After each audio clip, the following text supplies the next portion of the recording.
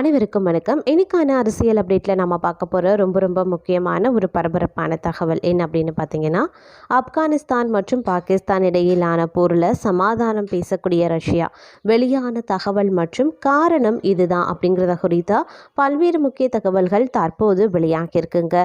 அதற்கு பின்னால் இருக்கக்கூடிய சூழ்ச்சியும் தற்போது வெளியாகியிருக்கு. இது பெரும் பரபரப்பையும் உலக நாடுகள் மத்தியில் ஏற்படுத்தியிருக்கு அப்படின்னு கூட சொல்லலாம். இது தொடர்பான பல முக்கிய தகவலை நீங்கள் தெரிஞ்சுக்க வீடியோவை ஸ்கிப் பண்ணாமல் கடைசி வரைக்கும் பாருங்கள். இந்த பதிவு உங்களுக்கு மிக பயனுள்ள விகிதத்தில் இருக்கும். வீடியோக்குள்ளே போகிறதுக்கு முன்னாடி இது வரைக்கும் நீங்கள் நம்ம சேனலை சப்ஸ்கிரைப் பண்ணலைன்னா உடனே சப்ஸ்கிரைப் பண்ணிக்கோங்க. அப்படியே பக்கத்தில் இருக்கக்கூடிய நோட்டிஃபிகேஷனுக்கான பெல் பட்டனையும் ப்ரெஸ் பண்ணிக்கோங்க. சரி நேயர்களே, வாங்க வீடியோக்குள்ளே போகலாம். ஆப்கானிஸ்தான் மற்றும் பாகிஸ்தான் இடையிலான போரில் சமாதானம் பேசக்கூடிய ரஷ்யா வெளியான தகவல் மற்றும் காரணம் குறித்து தற்போது ஒரு தகவல் வெளியாகியிருக்குங்க.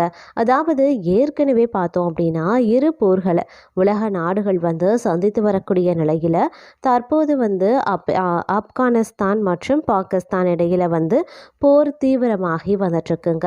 இரு நாடுகளுக்கு இடையிலையும் தீவிர சண்டை நடைபெற்று வரக்கூடிய நிலையில் நடுவில் நான் சமாதானம் செய்கிறேன் அப்படின்னு ரஷ்யா சூசகமாக சொல்லியிருக்காங்க.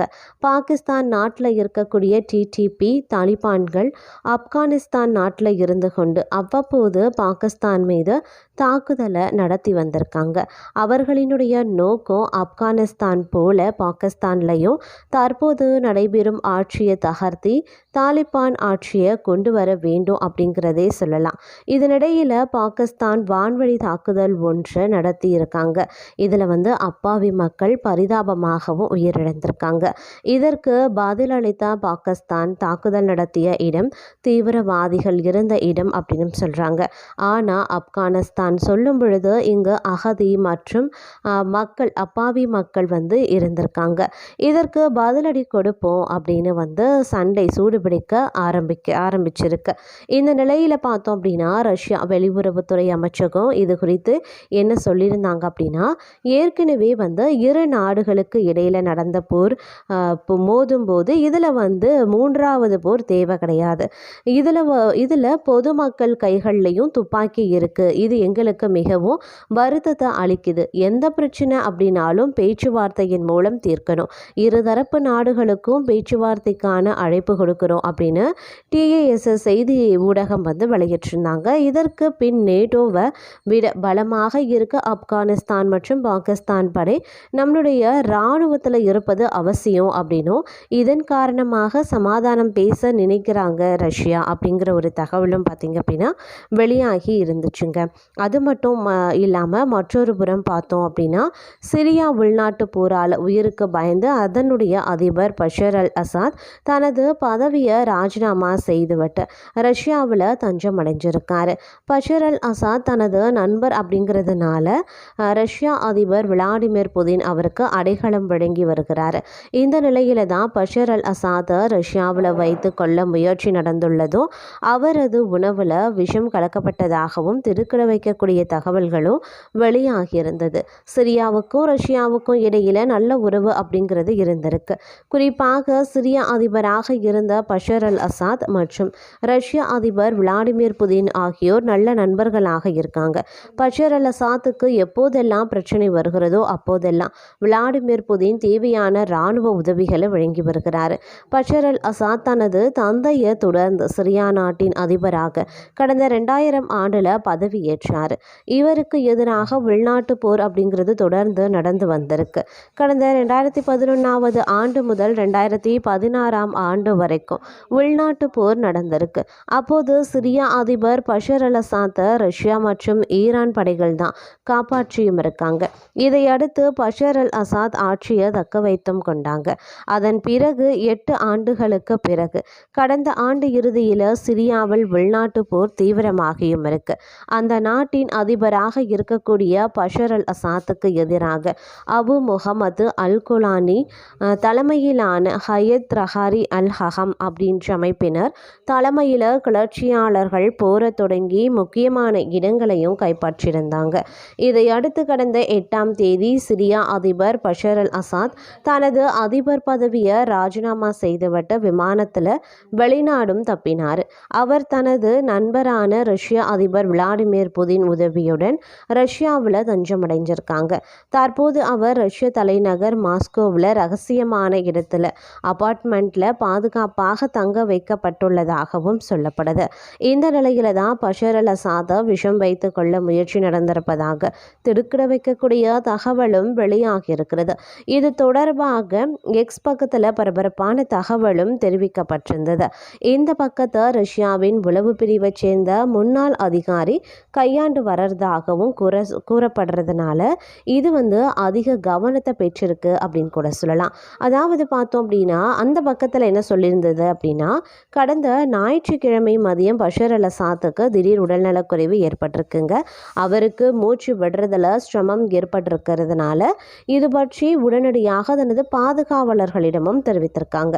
மருத்துவ உதவியும் கோரியிருக்காங்க.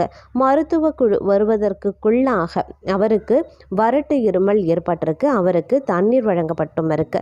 இதையடுத்து மூச்சு விடும் பிரச்சனையில இருந்து மெல்ல மீள தொடங்கி இருக்காரு. ஆனாலும் வயிற்று வலி மற்றும் தலைவலியை அவர் எதிர்கொண்டிருக்காரு.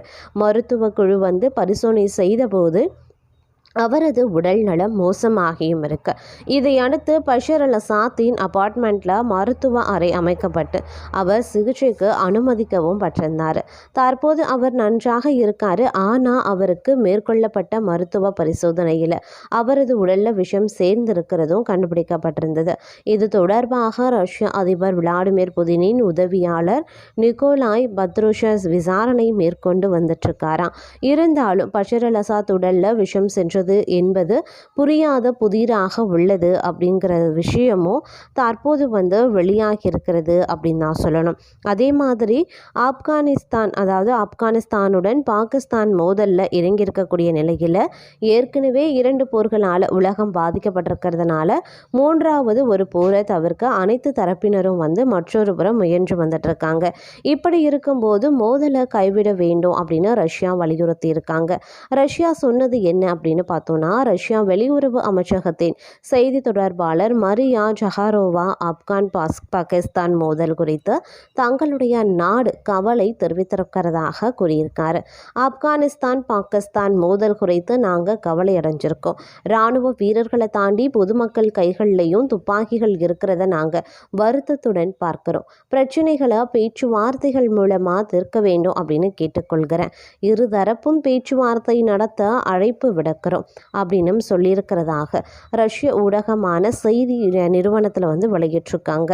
இந்தியாவுக்கு பாகிஸ்தான் பக்கத்து நாடு போல பாகிஸ்தானுக்கு ஆப்கானிஸ்தான் பக்கத்து நாடாக இருக்கு. எல்லைக்கோடுகள் அப்படின்னு இருந்தாலே அதில் முட்டல் மோதல்கள் இருக்கத்தானே செய்யும். இதே காரணத்திற்காக தான் ஆப்கானும் பாகிஸ்தானுக்கும் இடையில மோதல் வெடித்திருக்கு. அதாவது ஆப்கானிஸ்தானத்தில் இருந்து டெஹரிக் இ தலிபான் அப்படின்ற தீவிரவாத அமைப்பு செயல்பட்டு வர்றதாகவும் அதற்கு ஆப்கானிஸ்தான் அடைக்கலம் கொடுத்திருக்கிறதாகவும் பாகிஸ்தான் குற்றம் சாட்டியிருக்காங்க. பாகிஸ்தானினுடைய தாக்குதல் அப்படின்னு பார்த்தோன்னா, இந்த குற்றச்சாட்டை தொடர்ந்து ஆப்கானிஸ்தானினுடைய பக்திகா மாகாணத்தில் பாகிஸ்தான் திடீர் தாக்குதலில் ஈடுபட்டது. இதில் பெண்கள் குழந்தைகள் உள்பட 46 பேர் கொல்லப்பட்டிருக்காங்க. தாக்குதல் நடத்தப்பட்ட இடம் தீவிரவாதிகளினுடைய அடைக்கலமாக இருந்த பகுதி அப்படின்னு பாகிஸ்தான் சொல்கிறாங்க. ஆனால் ஆப்கானிஸ்தான் இதனை மறுக்குது. அது மட்டும் இல்லாமல் தாக்குதல் நடத்தப்பட்ட இடம் அகதிகள் முகாம் அப்படின்னு உயிரிழந்தது அப்பாவி பொதுமக்கள் அப்படின்னு சொல்கிறாங்க.